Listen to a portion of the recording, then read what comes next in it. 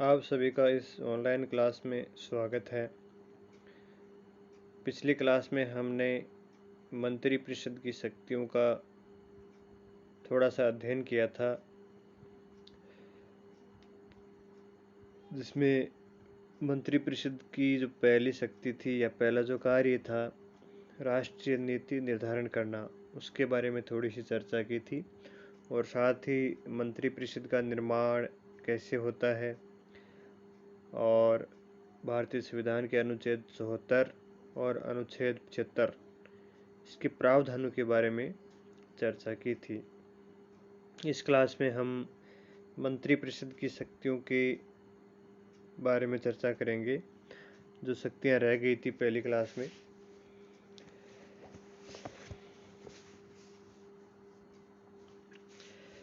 मंत्रिपरिषद की शक्तियां और कार्य। राष्ट्रीय नीति निर्धारण करना ये मंत्रिपरिषद का सर्वप्रमुख कार्य होता है। इसके बारे में हमने पिछली क्लास में चर्चा की थी। दूसरा जो महत्वपूर्ण कार्य है वो है राष्ट्रीय कार्यपालिका पर सर्वोच्च नियंत्रण। आप जानते हो, संसदीय कार्य शासन व्यवस्था में संघ सरकार की समस्त कार्यपालिका शक्ति राष्ट्रपति में निहित होती है और व्यवहार में इन शक्तियों का प्रयोग मंत्रिमंडल के द्वारा किया जाता है। मंत्रिमंडल के जो सदस्य होते हैं वो विभिन्न विभागों के अध्यक्ष होते हैं और वे अपने विभाग के संचालन और उनके कार्यों की देखभाल करते रहते हैं। जो कोई भी कैबिनेट मंत्री होता है या मंत्रिमंडल का सदस्य होता है, वो अपने विभाग का सर्वे सर्वा होता है और वो विभाग उसके नियंत्रण और पर्यवेक्षण के अंतर्गत ही कार्य करता है। तो मंत्रिमंडल ही सरकार की नीति को कार्यान्वित करने के उद्देश्य से विभिन्न विभागों को एक सूत्र में बांधने का कार्य करता है। और व्यवहार में राष्ट्रपति के पास जो शक्तियां हैं, उन शक्तियों का प्रयोग भी मंत्रिमंडल के द्वारा ही किया जाता है। जैसे युद्ध, शांति, विदेश नीति से संबंधित प्रश्नों का निर्णय हो, ये सभी कार्य राष्ट्रपति के नाम से मंत्रिमंडल के द्वारा ही किए जाते हैं।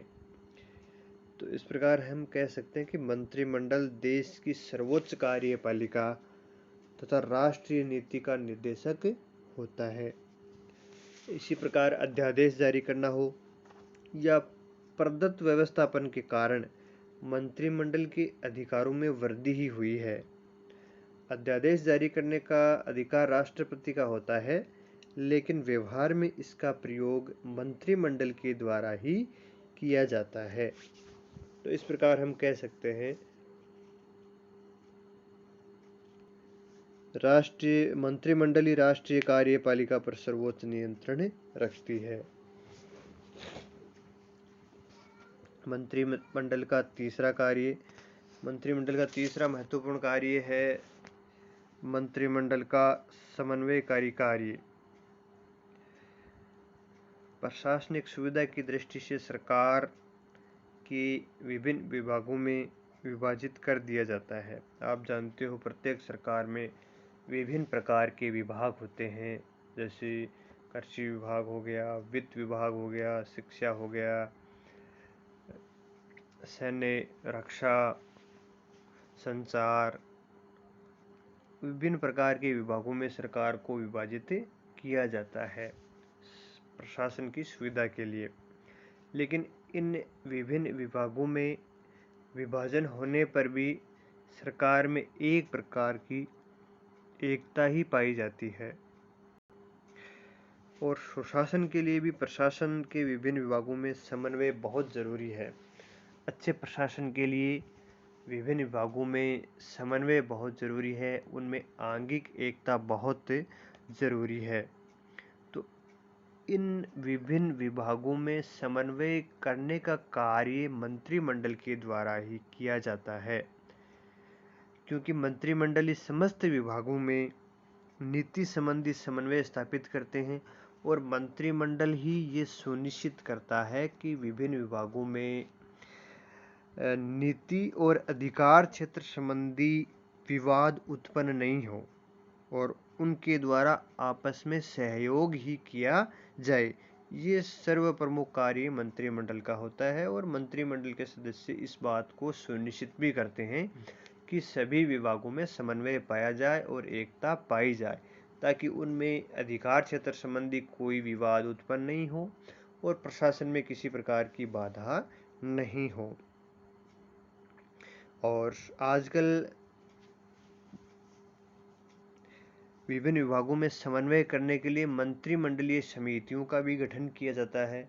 विभिन्न विभागों के मध्य समन्वय करने के लिए उन विभागों से संबंधित मंत्रियों की समितियां बना दी जाती हैं, जिसके कारण उन विभागों में आपस में सहयोग बना रहता है और सुशासन चलता रहता है।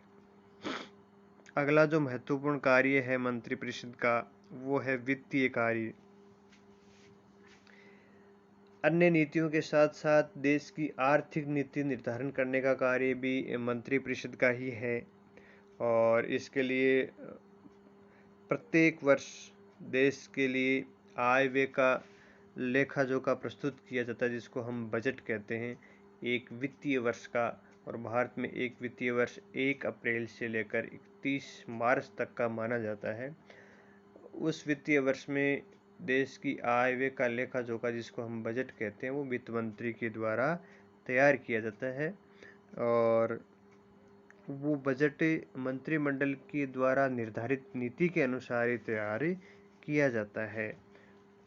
और अन्य प्रकार के वित्त विधेयक भी मंत्रिमंडल के सदस्य ही या वित्त मंत्री ही लोकसभा में प्रस्तुत करते हैं। अगला जो मंत्रिपरिषद का महत्वपूर्ण कार्य है वो है विदेश संबंधों पर नियंत्रण।